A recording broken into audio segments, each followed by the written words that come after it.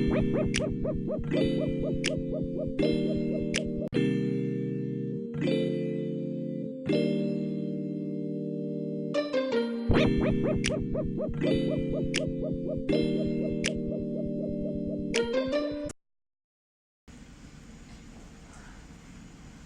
right, guys, so it is the beginning of our class today, and as we always do, when I cross that door, I leave my troubles behind me. When I'm in this room, I open my mind to higher learning. when I see myself, I see potential turned into reality. and all of that happens In this space, because this space is sacred. This space is yours. This space is mine. This space is ours. Great morning, class.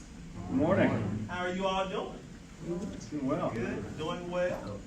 Okay. Right. All right. Certainly, I'm here for the positivity. All right, so today basically is going to be part 2 of the rhetorical situation. We began to talk about the rhetorical situation on Monday, and today we are going to conclude that topic. So just to recap what we talked about on Monday, we defined rhetoric, right? Rhetoric is this term that was founded by Greek philosopher Aristotle, right? And Aristotle said that rhetoric is the faculty of observing in any given case the available means of persuasion, right? Now, in its most simplest form, it simply means the tactics, the strategies that a person uses in order to persuade an audience, right? That's what it means in its most simplest form. We also talked about 3 very important terms: occasion, context, and purpose. We defined occasion as the time and place in which a text was written or spoken, and then we talked about context. I like to think about context in this: what event sparked the creation of the text? Okay, what event sparked the creation of the text? And then we talked about purpose, right? What is the goal of the speaker? What is the goal of the writer? What is he or she trying to do with this text? So I want to talk about another aspect of the rhetorical situation, and that is the rhetorical triangle. And here's a nice representation of a triangle, right? And this triangle, we have in the middle the text, right? So all that is involved or surrounded in creating the text, there are 3 elements that all play a part in how we create text, right? First, we have to keep in mind the writer, the speaker, right? This is the person who creates the text. So it's important that we know, as we begin to analyze text rhetorically, about the writer and the speaker, because that's going to give more meaning to the text, right? So we should know about the writer and the speaker. And then secondly, we need to always consider who we are giving this text to, right? Or who is on the receiving end of the text. So we always consider our audience and our reader, because that helps us to form or create the text, right? And then lastly, subject. Our subject helps note or helps a person determine how it is that they are going to write this text. So again, all of these 3 elements of the rhetorical triangle play a part in creating text, in creating meaning or developing meaning within any given text. All right. So that, in its simplest form, is the rhetorical triangle. Again, the speaker is the person or group who creates the text, and it's very important to note that the speaker, you should not only know the speaker by name, but also any descriptions that you may know about the speaker, right? So, for example, do you guys remember the farewell speech from Monday? We read by Lou Gehrig, right? So, who was our speaker in that text? Lou Gehrig. Right, immediately we would say Lou Gehrig because we know him by name, but is there any other information that we possibly could extract about our speaker from Monday's text? Do we know anything else about him? Played for the New York Yankees. Right, so we know that he is a famous baseball player, was a famous baseball player who played for the New York Yankees, right? So again, when you are trying to analyze text for rhetoric and we're considering speaker, think beyond the speaker's name. What do you know about that speaker that may highlight or give meaning to the text? Secondly, we want to take a look at the audience. Again, it's the person or the persons who's on the receiving end of the text. And here, it is important to note that there may be multiple audiences. There may be more than one audience, right? Again, taking a look back at the text that we encountered on Monday, who was our audience? The fans, family, right? So those who may have been present at the New York Yankees Stadium while that speech was given, right? That's the immediate audience. But were you guys able to view a video of the speech that was given? Yeah, well, which suggests that that's a televised or it was a televised event. So that means that the audience extends beyond just those who were there at the New York Yankees Stadium, right? It's everyone who has access to cable and can watch that televised event. And then lastly, the subject is simply the topic. Thinking back to the Lou Gehrig speech, what was the subject of his speech? What was his topic? Farewell. It was a farewell speech, farewell address, and in that address, what is he talking about? All right, faithfulness to his family, certainly. Again, kind of showing that appreciation that he has for them.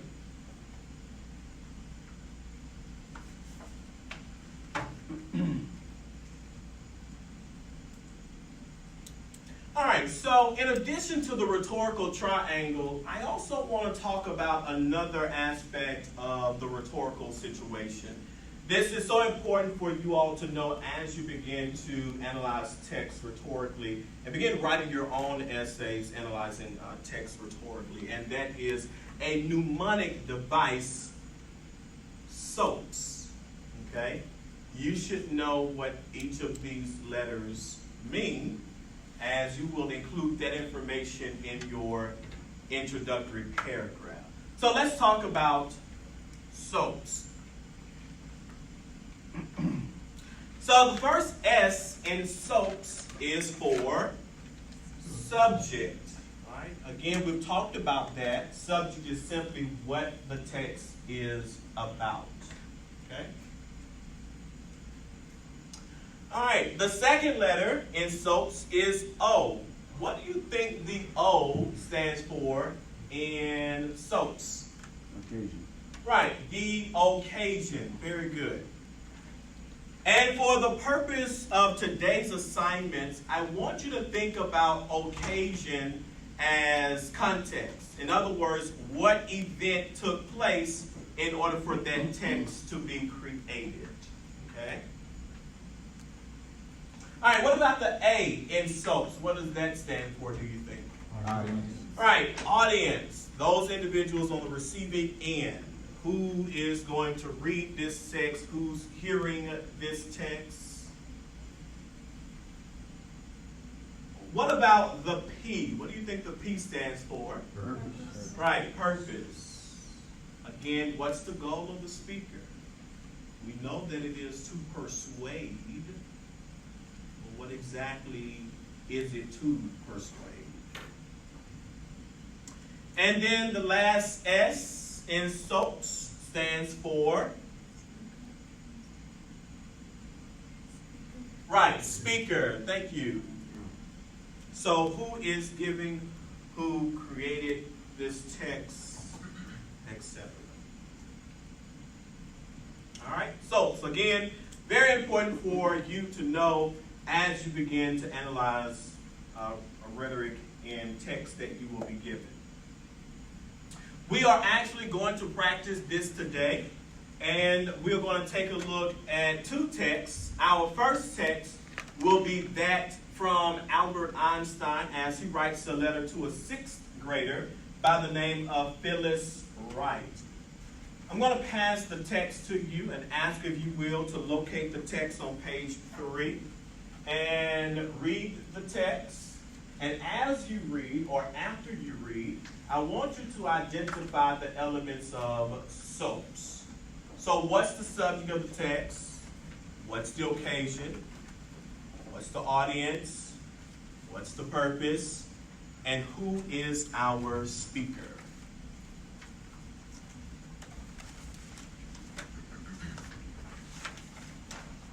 You're welcome. You're welcome, sir. You're welcome. Again, that can be found on page 3. That's the only text I want you to focus on as of now in identifying those elements of soaps.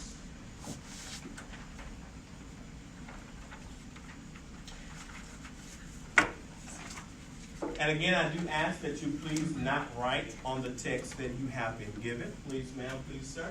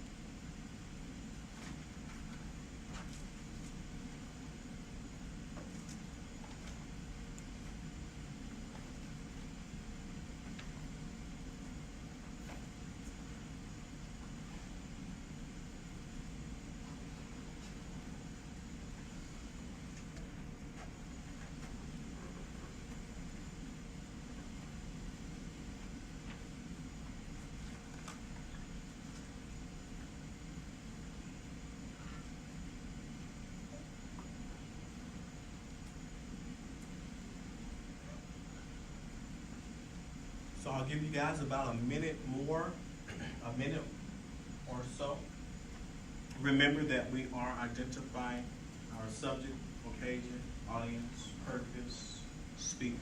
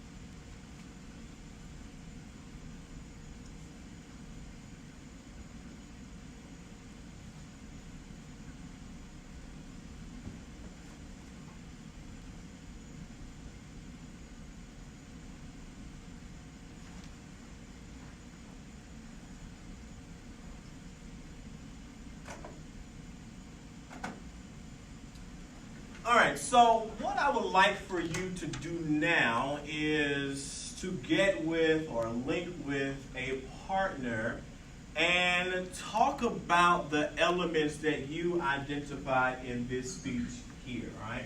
Kind of compare answers, and if there are any of your answers are not the same, then kind of have conversation about your responses, all right? I'll give you about 3 minutes to do that. And your time begins now. Go. What do you think? I think the subject is that this girl is asking him whether or not he believes in the existence of supernatural God or something. Does it incline like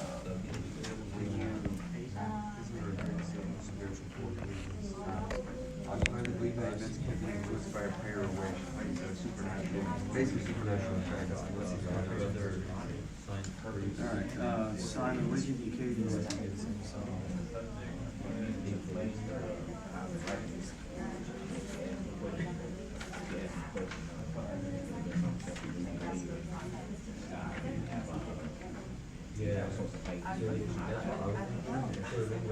I think the occasion could also be, in this case, the occasion is a letter that's dated January 24th, 1936. That's the occasion prior. What is the occasion of this speech or this written piece? Writing a letter returning answering that question. The occasion is that like a broad, like you go anywhere with there, a specific day and time. It depends.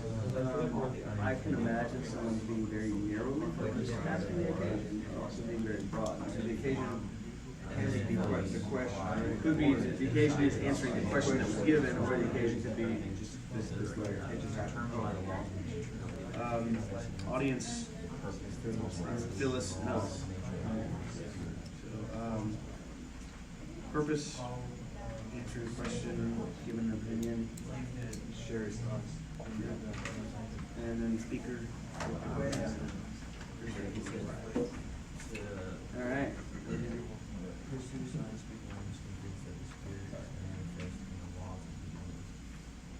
Good question for you.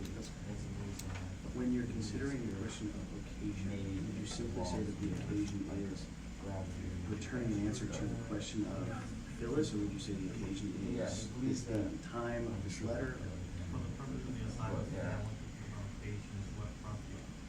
For example, So what prompted his response? yes. Because the occasion was in answering to this question. Well, yeah, that's what he's doing. But what caused him to write the letter? So then the occasion is he received a letter from Phyllis. Okay.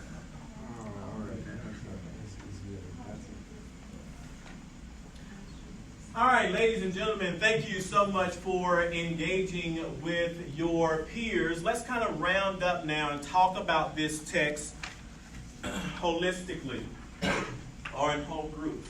All right, so our first S in SOAPs is for, right, subject. And so what is the subject of this letter here? Just in a very broad, very general sense, what is the subject? What is this about? Very broad. Yes, David. The existence of the supernatural. All right, the existence of the supernatural. All right. So I think half of the subject kind of deals with religion, right? And what does the other half of this text deal with? Religion and right, science. So explicitly, he is responding to Phyllis Wright's question about whether or not scientists pray, and if they do, what in the world do they pray for, right? Very implicitly then, the subject here is all about the nature of faith, okay? All right. Let's deal with the O portion of SOAPs, which is occasion. What is our occasion in this text? Remembering that occasion is that event which sparked the creation of this text. Albert Einstein did not just sit down one day and say, hey, I'm going to write a letter to a sixth grader by the name of Phyllis Wright just because I want to, right? Something had to have happened in order for him to create this text. What was that happened? What was the event that happened?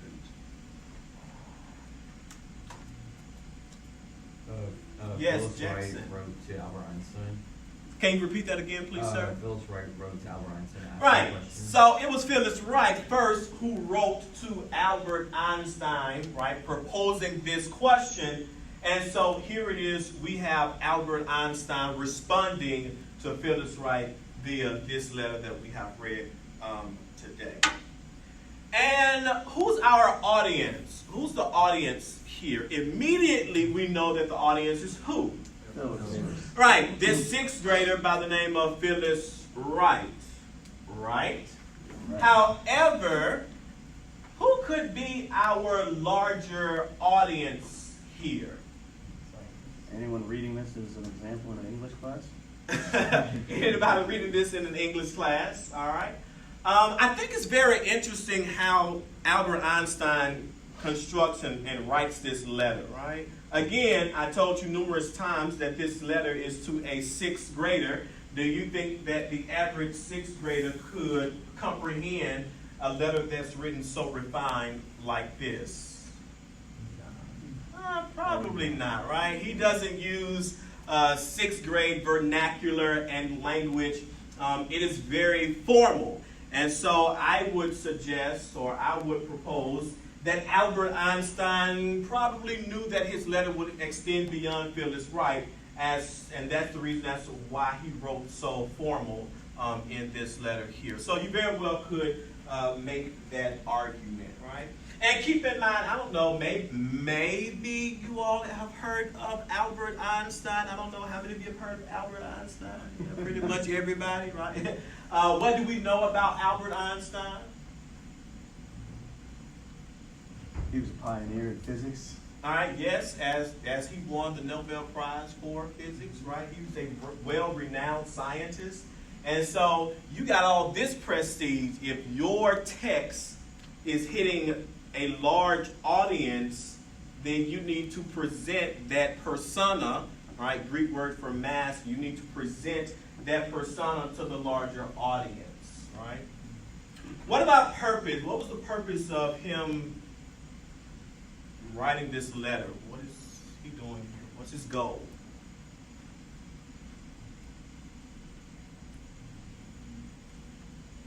Yes, Diara.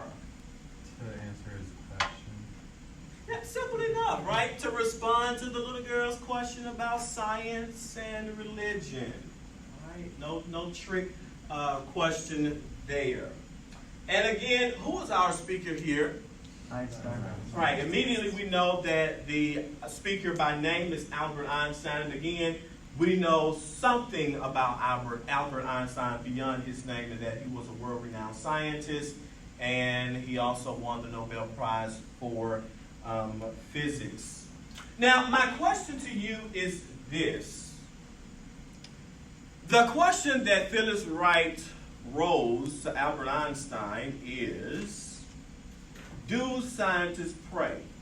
And if so, what do they pray for? Here's the question. Does Albert Einstein directly answer the little girl's question? Yes or no? No. No, he doesn't. Why do you think he took this approach? Why does he never directly answer? He could have just said, yeah, good, we pray, right? And went about his business. However, he's engaging with her in a different manner. Why do you think he goes the route of not answering her question directly? And that may be something that you may need to sit with for about 15 seconds and think about.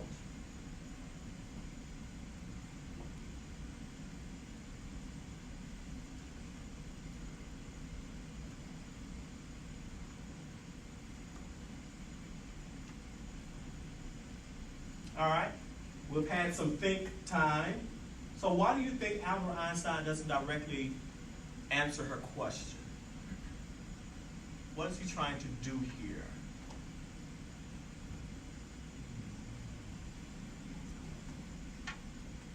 Possible? I mean, I'll give you an answer. All right, but well, jump on in here.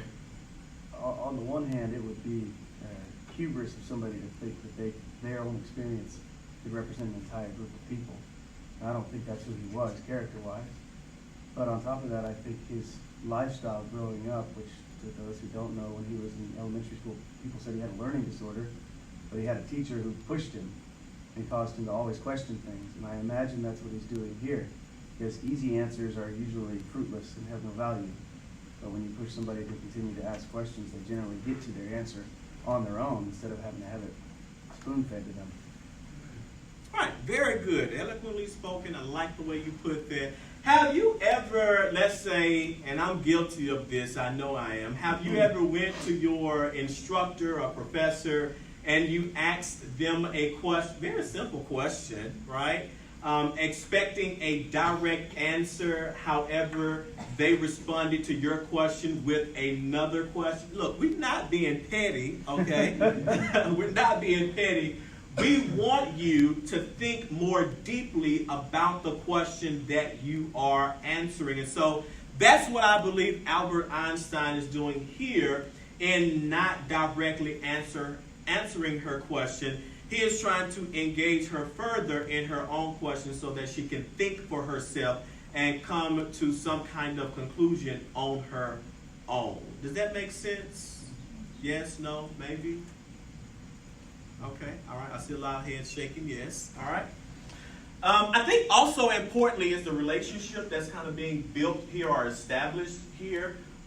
We kind of see Albert Einstein as this wise one, right? I think in this case, Einstein kind of represents this older generation that has wisdom. And then we have the younger Phyllis Wright here, who has questions and need answers. So we kind of see this old, wiser generation in dialogue with the younger generation here. So I think that's an interesting dynamic or an interesting speaker-audience relationship here that is established.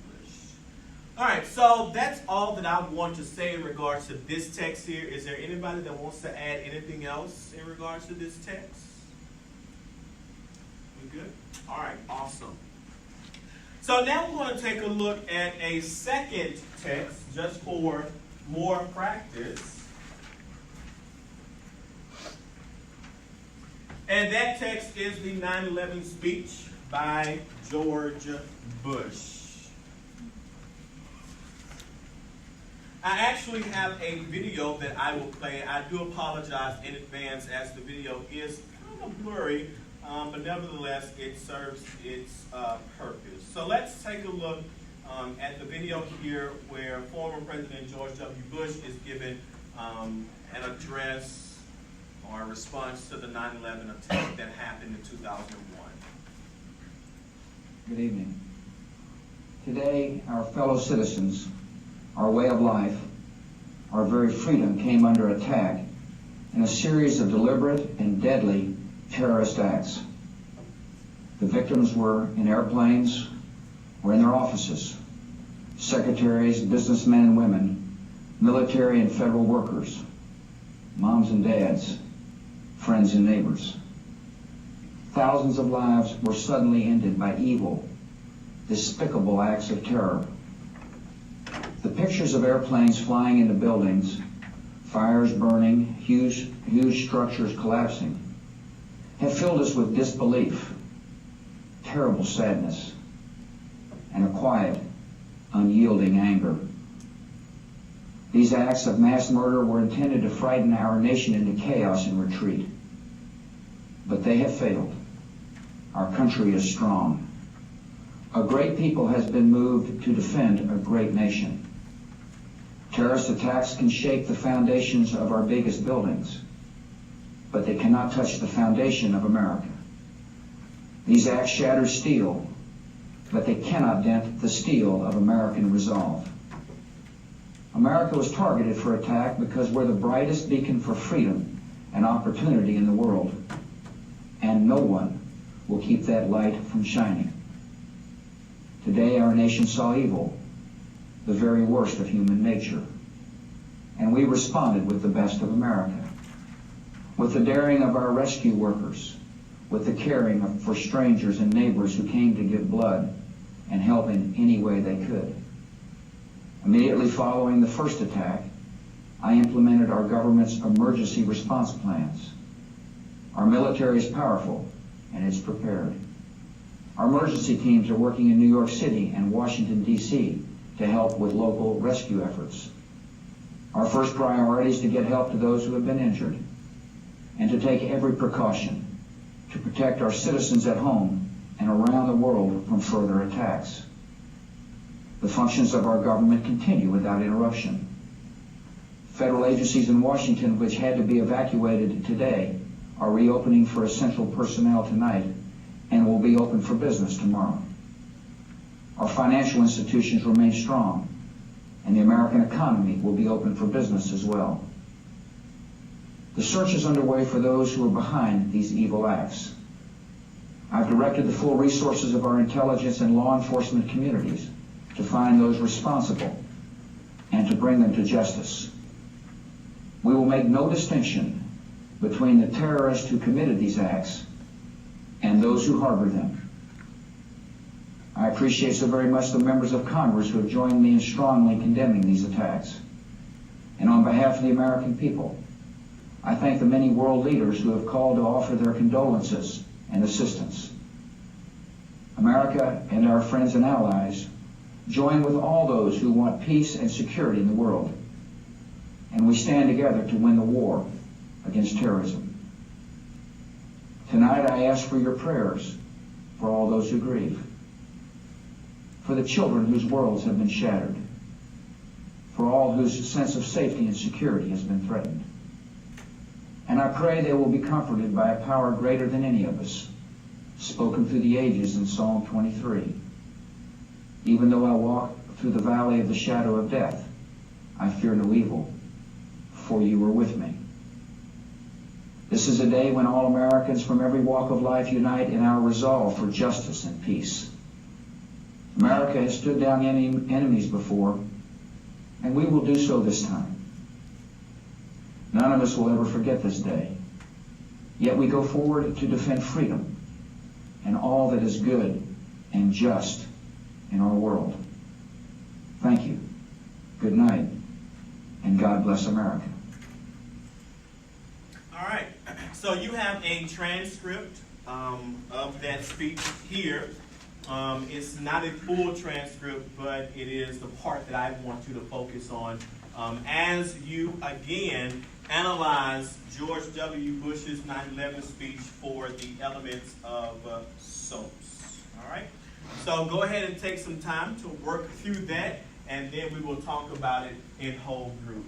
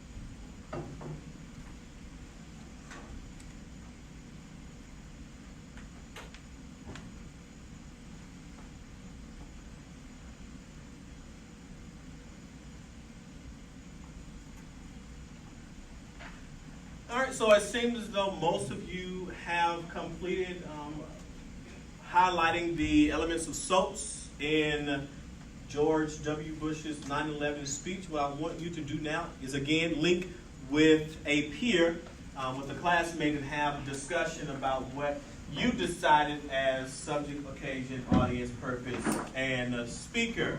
All right, I give you about 2 to 3 minutes to do this. Your time begins now, and go. So, I say the subject is the 9/11.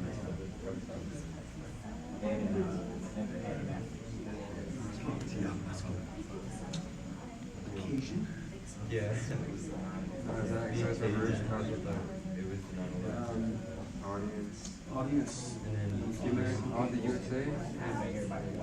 yeah. And it was it's addressed to him. It's addressed to him. It's addressed to our allies. It's addressed to our enemies. Because I mean, I'm sure that's gonna go worldwide. I was there. I know, right? It was. So I'm freshman in high school, sophomore when that happened. And then the purpose. Really? Yeah, because I was like, 2001. I was in 6th grade.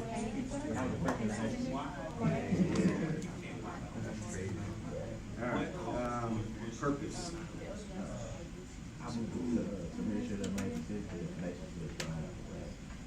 Still standing strong. Yeah. The knowledge what happened, which will point Yeah. people towards the future. You feel And confident? then, of course, the speakers. Okay. I'm rooting for I'm you. down with that. You got it?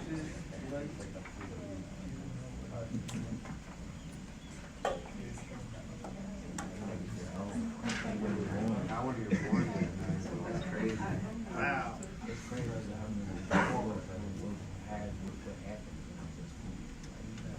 All right, so very quickly, let's go ahead and go through this 9/11 speech. I'm taking note that you all were quicker in doing the 9/11 speech than you were in doing the Phyllis Wright, the letter to Phyllis Wright, and that was shorter, but I expect that you all were able to do this because you had that prior practice. So I'm taking note of that, and I think that's good. Well, I guess we'll judge that based on these answers I'm about to get. All right, so the first element in SOAPs is subject. What in the world is George W. Bush in his office talking about? What is he talking about here? All right, so he's talking about the 9/11 attacks, right? So explicitly, his subject is about the terrorist attack that happened on the morning of 9/11 in the year 2001, all right?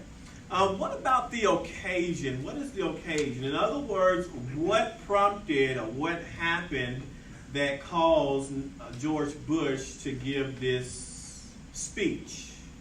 The 9/11 attack. Yeah, there we go. The 9/11 attack, right? He would have never given this speech had that not occurred, right? What about the audience? And remember, we talked about audience being multifaceted, right? And that there may be multiple audience. Who's our immediate audience?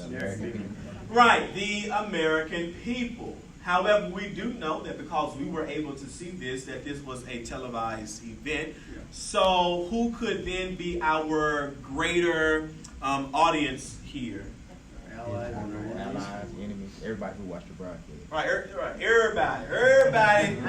everybody who watched this 9/11 speech here, right? Very good.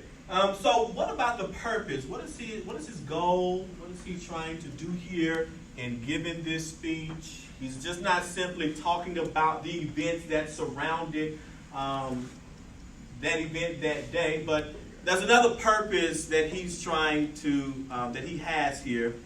And my guy David B here is going to respond. All right, David. He had a nice quote in there that America is still standing strong regardless of any attacks that come to us. Very good. And that quote supports the notion that he's trying to reassure American people that The nation's still strong. that we're going to remain strong throughout this incident, right? Now, this is more than an incident. All right, yes, very good. And then who's our speaker? Right. It's George Bush. In that, when this happened, he was president at the time. President under a nation, over a nation that was under siege and under attack during that time. All right, very good, man. I appreciate you all's participation today. There's one thing that I need to do, and I sent an announcement via eCampus, and that's to go over the micro essay. So I'm going to do that once you all pass my papers to the front of the class. Need those back, please, ma'am. Please, sir.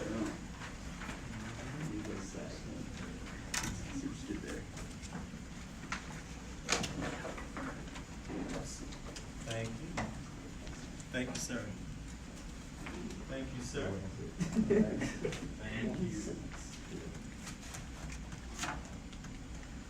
All right, guys. So if you've taken a look at the course calendar, you will take note that on Wednesday you have micro essay 1 that is due before 9:05 a.m. And then you have on Friday a second micro essay that is due before 9:05 a.m. And I should say Central Standard Time. Okay? So I'm going to go over the requirements, what I'm expecting in terms of the micro essay assignment. Guys, please be sure that you follow this to the T, because if you do anything different than what is called for in the micro essay assignment instructions, then that may affect your grade negatively. Okay? So be sure to follow what I have written. Now, here I have given you a template that you can use for the micro essay assignment. There are 4 things that I look for in your micro essay, and it should follow this 2-paragraph format, okay? The first thing that you want to do is you want to introduce the text. I've already done that here for you. The first text that you're going to read is I Want a Wife by Judy Brady. So you would simply begin your micro essay with, in Judy Brady's I Want a Wife. And then the second part, or the second element of the micro essay, is a brief summary of the text. Keep in mind that your summary information should be no more than 3 sentences. That's how brief it should be. It should cover this question here. What's the main point? All right, so what is Brady's point? Watch this.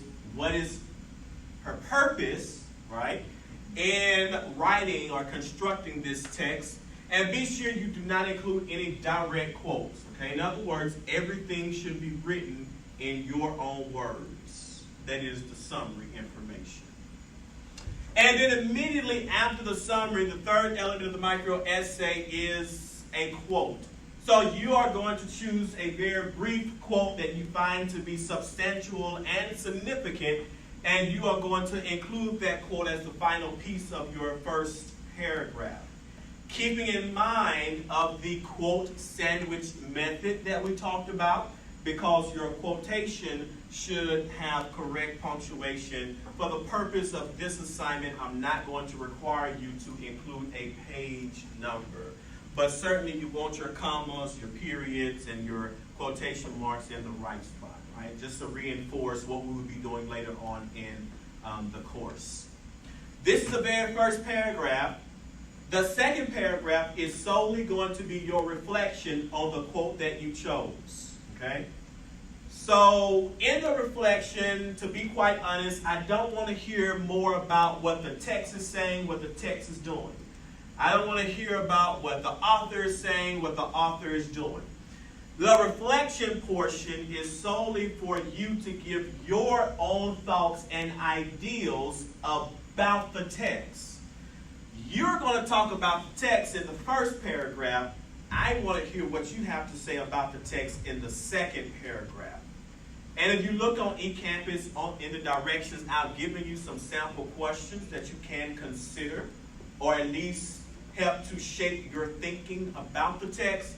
But do not use those texts as a means to structure those questions as a means to structure this paragraph here. In other words, the 3 sample questions I give you, don't just answer those 3 questions and think, oh, I got a perfect reflection, right? That's just only for you to begin thinking about the reflection portion of this micro essay. All right? Now, the assignment instruction calls that your micro essay is at least 275 words. Your micro essay should be at least 275 words. I said it on Monday, and I stand flat-footed, and I'll say it again on Wednesday. I'm from Mississippi. Please do not test my teacher gangster, okay? I need you to have 275 words, because if you have even 1 word less, then you will not receive no more than half credit. You cannot go under in this class. It's okay to go over, but you cannot go under. So be sure that you use word check to check the number of words that you have in your micro essay. Keep in mind that the word count does not include any title that you may give, any of the header information. Oh, I've been doing this a very long time. I know what the questions are. Right? So your word count doesn't include any of that. And guys, I'm from 275 words it's not a lot. It's not a lot. Finally, the reflection paragraph needs to form at least half of your micro essay. I check that. I do a word count of the first paragraph, and then I do a word count of the second paragraph. And if you have less words in the second paragraph than you do in the first paragraph, well, according to my instructions, you will receive no higher than half credit. Okay? So though I give you this template here, please go back and read my instructions. I'm very clear in what your micro essay should look like and how it will be graded. And of course, if you have any questions, please feel free to email me or see me in person. Now, you guys are more than welcome to take a picture of this template if you want to. All right, everybody's grabbing their phone. Hold on. No. You should get my good side. No, I'm just kidding. All right, guys, it is 10 o'clock. I am done for today. I will see you on Friday as we begin talking about rhetorical devices. If you came in late, be sure that you sign the tardy attendance sheet here. Thank you all so much. Have a great day.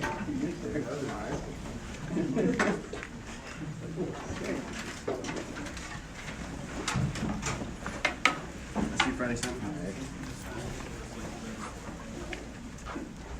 Have a good one. Yes, sir. Yes. You need to submit as Microsoft Word. Of course, you know that you can go onto Google Docs and you can click file, and then, but you can automatically kind of convert that Google Docs into Microsoft Word. My suggestion to you is whenever you make that conversion, make sure you open up that Microsoft Word to check the formatting, because sometimes it changes. So don't just automatically, I got to say, I got to convert it. Okay, yeah. All right. Have a great day. All right, sir. Have a great day. You do the same. Thank you.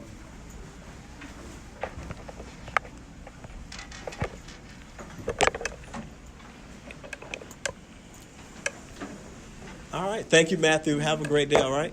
All right.